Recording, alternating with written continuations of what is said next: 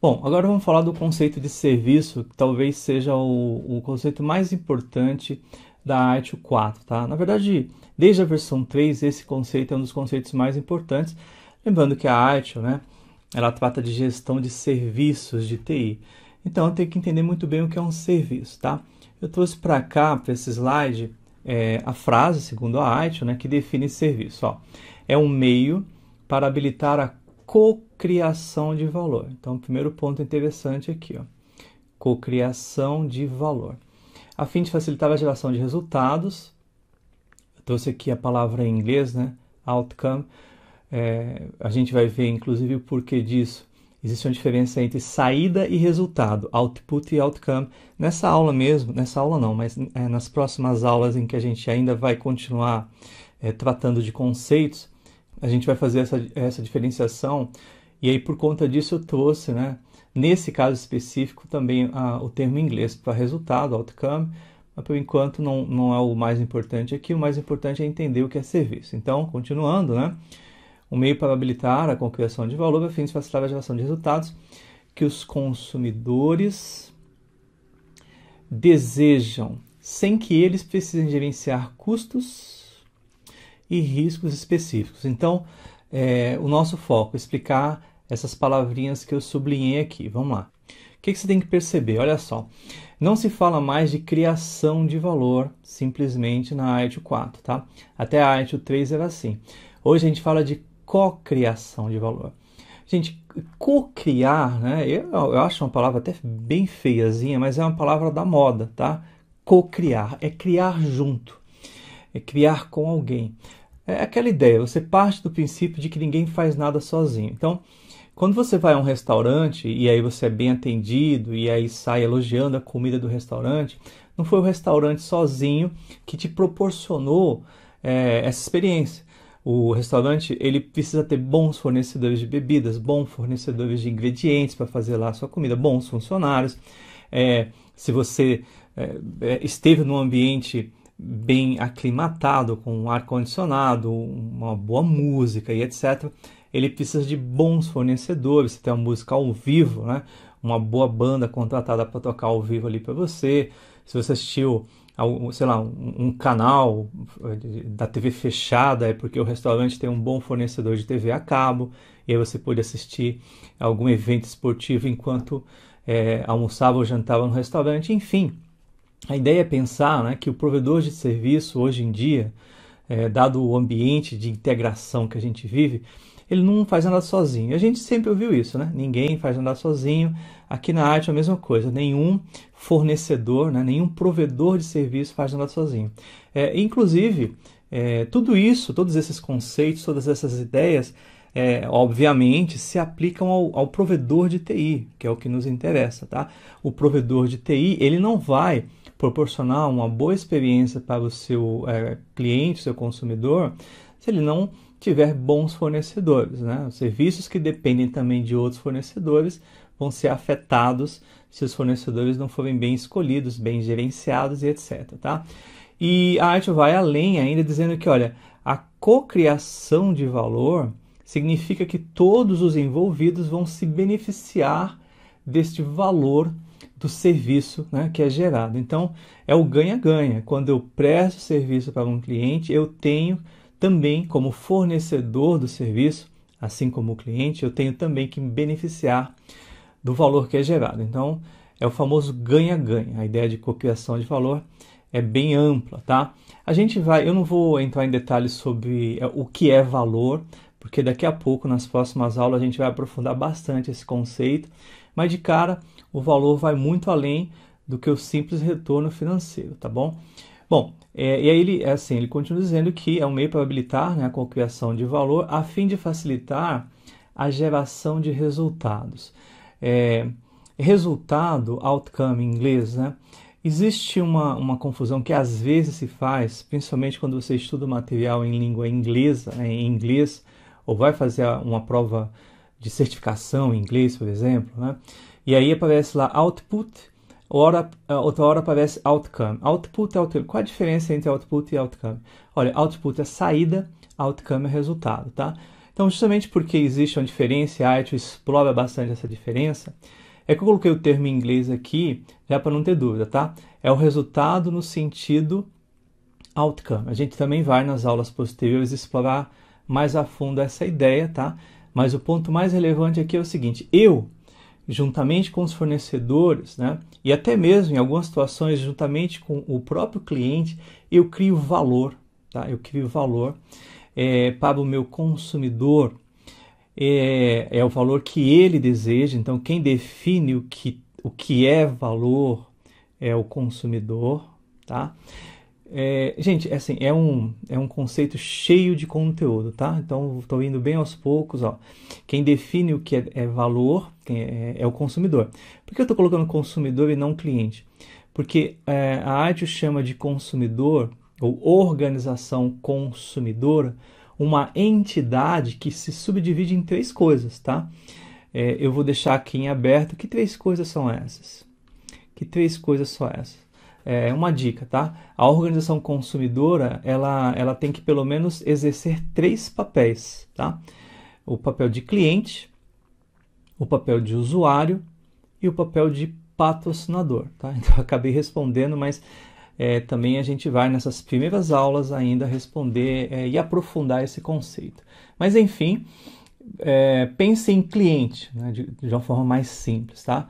Serviço é um meio para co-criar valor, a fim de facilitar os resultados que os clientes desejam, sem que eles precisem gerenciar custos e riscos específicos. É esse ponto que é o ponto-chave desse slide, tá? Todo o resto que a gente falou, a gente ainda vai se aprofundar um pouquinho mais. Mas esse ponto aqui eu quero ressaltar. O que significa isso, né? Essa história de eu prover serviço para alguém que vai consumir esse serviço.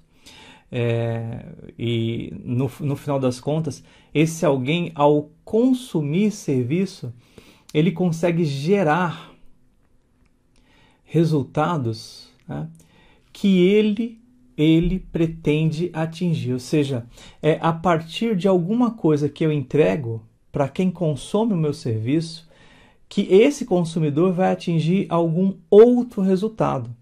Daí a história de ganha-ganha, né? Se a gente pensar na história do restaurante que eu falei aqui, o restaurante, quando ele olha para um fornecedor de bebidas, quando ele contrata uma banda para tocar no restaurante, ele é um cliente naquele momento. Ele está consumindo os serviços dos fornecedores de bebida, dos fornecedores de ingredientes para as suas refeições, da banda como a fornecedora de serviço. Ele é cliente e, ao consumir esses serviços, ele quer atingir qual resultado? Ele quer atingir um resultado que é entregar para os seus próprios clientes do restaurante uma boa experiência quando os clientes vão lá, tá? Então veja, eu crio valor para o meu cliente para que ele, o meu cliente, atinja resultados que ele pretende atingir, tá? Então é como se o provedor de serviço tivesse que sempre olhar um pouco mais à frente. Não é o que eu estou entregando para o cliente que interessa. O que interessa é o que o meu cliente quer fazer com aquilo que eu estou entregando, aonde ele quer chegar. Percebeu a ideia? É o foco no valor. Quem define o valor é o cliente, né? Por que ele vem atrás de mim para consumir determinado serviço? E aí, assim, a Aitio define serviço como um meio para habilitar a criação de valor, cocriação, né? Cocriação de valor para o meu cliente. Para quê?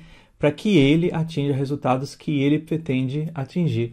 Mas veja, aí ele fala, atingir resultados que ele pretende atingir sem que ele, meu cliente, precise se preocupar com custos e riscos específicos do serviço.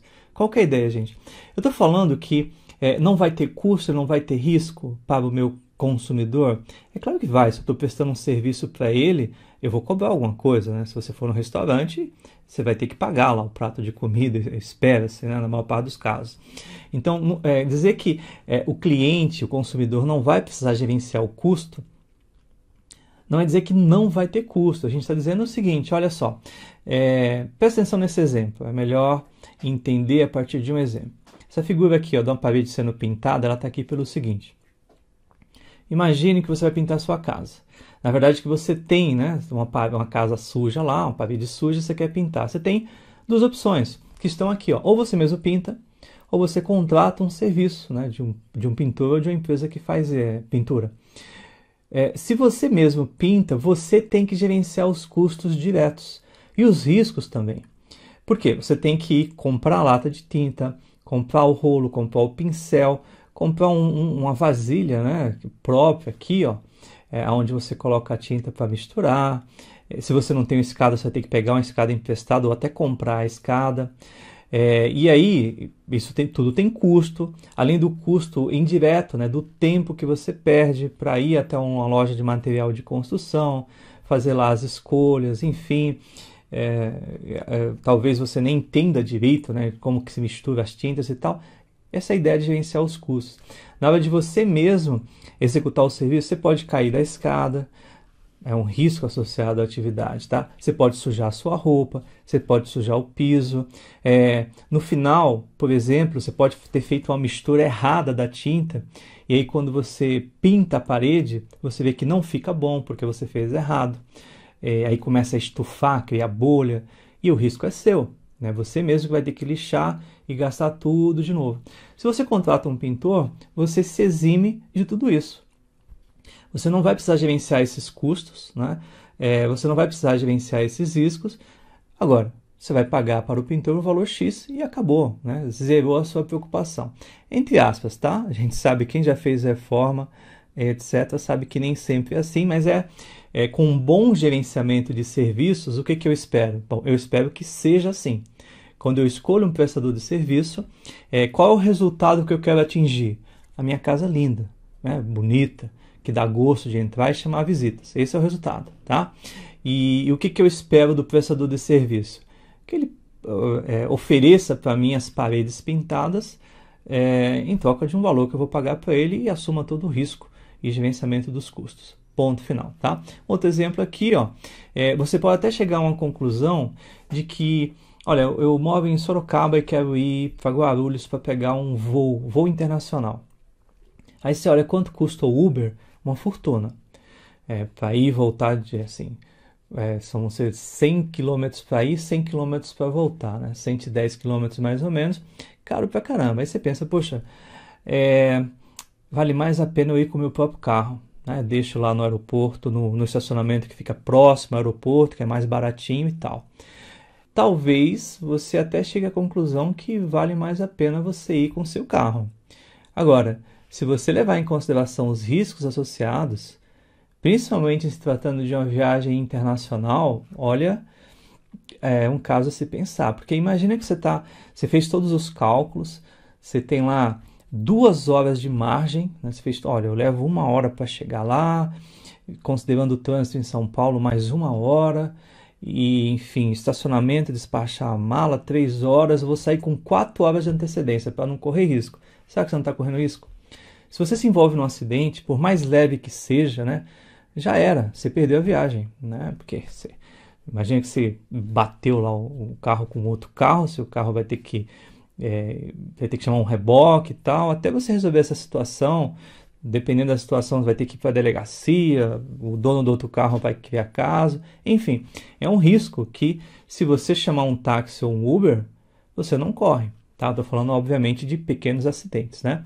Aconteceu um pequeno acidente, você tira a mala do táxi e chama outro, né? E tchau, vou-me embora porque eu não posso perder o voo. Então, essa é a ideia de você comparar o serviço que está sendo prestado e as opções que você tem, de você mesmo fazer ou você contratar um serviço. Só que quando você contrata um serviço, o prestador de serviço tem que estar ciente disso, tá? Do resultado que você espera atingir com aquele serviço que está sendo prestado. Essa é a ideia de valor, né? É interessante que vocês entendam aqui esse ponto de vista da AGIO, tá? De novo, eu presto serviço para o meu cliente e o meu raciocínio não acaba aí. Eu tenho que me perguntar o tempo todo o que o meu cliente quer a partir do serviço que eu presto para ele, tá bom? Tudo bem, gente? Serviço. Vamos continuar então. O que seria, então, oferta de serviço? Está aqui a descrição da AGIO 4, a definição da AGIO 4, né? É uma descrição formal de um ou mais serviços concebidos para atingir necessidades de um grupo específico de clientes. Então, esse aqui é o ponto mais importante da definição de oferta de serviço. Estou colocando aqui sempre os termos em inglês, tá? Muita gente, a ITIL 4 inclusive, até hoje, tem muito pouco material em português na internet, se você for procurar por aí, mas tem muita coisa em inglês já. Então eu coloco até como referência, se quiser procurar outros materiais, seria o Service Offerings, né? Oferta de serviço. O ponto mais importante da oferta de serviço é lembrar que a oferta de serviço ela sempre tem um alvo, tá? Então é a descrição que você faz de um serviço que você vai oferecer para que o seu cliente, ao contratar o serviço, entenda a priori o que ele está contratando. Então isso é algo relativamente simples, é como funciona basicamente o mercado. Um ponto interessante que pode ser cobrado é que a ITIL fala, dentro da descrição de o que é a oferta de serviço, ele traz essas três expressões aqui, ó, que uma oferta de serviço, geralmente ela tem que descrever 3 componentes, tá? Uma oferta de serviço ela é composta por goods, ou seja, bens ou mercadorias que são entregues pela organização provedora para o cliente, alguns recursos que o cliente vai poder acessar e algumas chamadas ações de serviço. Eu coloquei aqui, eu traduzi como ações inerentes ao serviço, até para ficar um pouco mais claro, né? Até inclusive mais claro do que a própria tradução para o português, para facilitar também a sua vida. O que é isso? Mais uma vez a gente entende melhor pensando no exemplo, tá? Por que a figurinha aqui, ó, do bonitão aqui, ó, do português lá, o Cristiano Ronaldo, do Homem-Aranha, por que isso aqui está aqui? Para a gente lembrar do serviço de TV a cabo, né? Você tem TV a cabo aí na sua casa? Espero que tenha, né? Se não tiver, pelo menos você deve conhecer alguém que tem TV a cabo. O que é o serviço, essa oferta de serviço de TV a cabo? Você provavelmente vai ter um modem, que é colocado em comodato lá pela prestadora, né, dentro da sua casa. Talvez você tenha lá um controle remoto, talvez não, provavelmente vai ter um controle remoto, né? Então, existem alguns itens concretos, né, bens ou goods, que são colocados em poder do cliente para que ele possa usar o serviço, tá? Ou às vezes o serviço em si é acompanhado de algum produto, tá? Em si, que a gente está falando aqui de prestação de serviço o tempo todo, mas em vários momentos a ITIL fala, olha, produto ou serviço. Inclusive na definição de sistema de valor de serviço e cadeia de valor de serviço, o que se diz é que a ideia é gerar valor para o cliente através de produtos ou serviços, tá?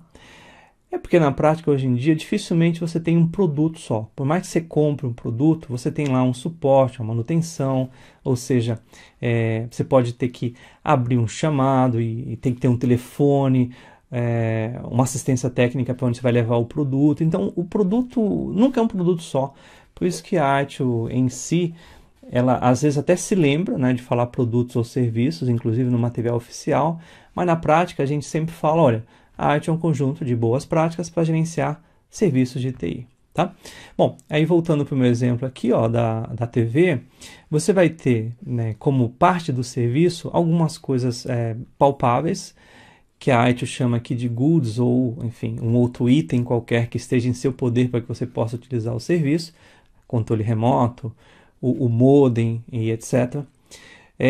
Acesso a recursos imprescindíveis. Não adianta você oferecer um serviço de TV a cabo se eu não tenho, por exemplo, o menu, né? Como é que eu vou navegar pelo menu ali dos canais para escolher o canal que eu quero acessar?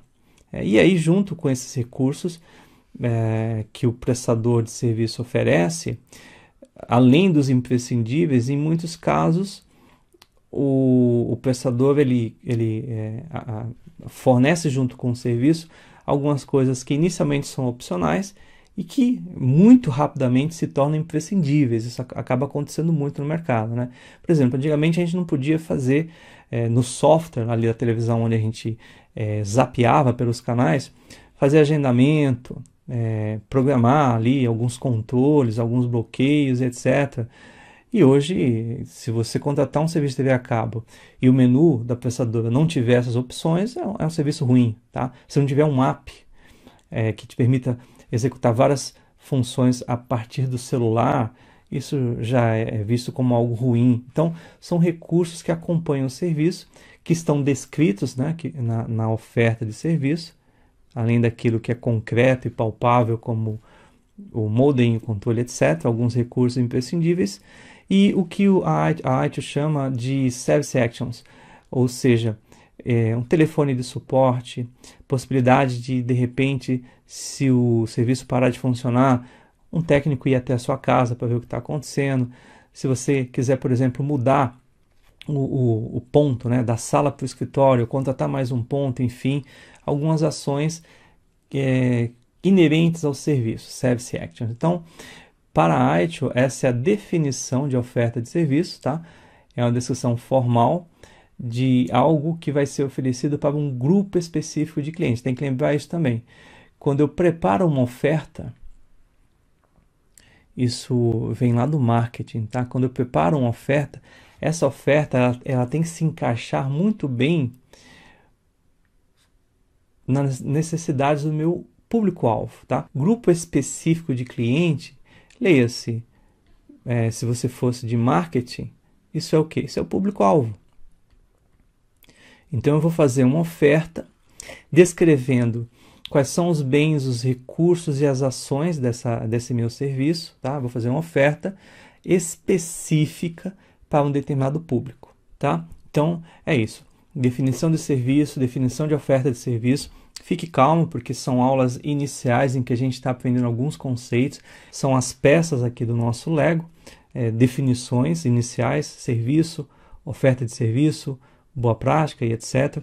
Daqui a pouco a gente vai juntar tudo isso e as coisas vão ficando muito mais claras, principalmente quando a gente entrar nas aulas de exercício, em que você vai ver o quanto isso é cobrado, tá? Os exercícios que eu trouxe para esse curso, como eu expliquei, são exercícios das provas de certificação da ITIL 4 no nível de fundamentos, tá bom?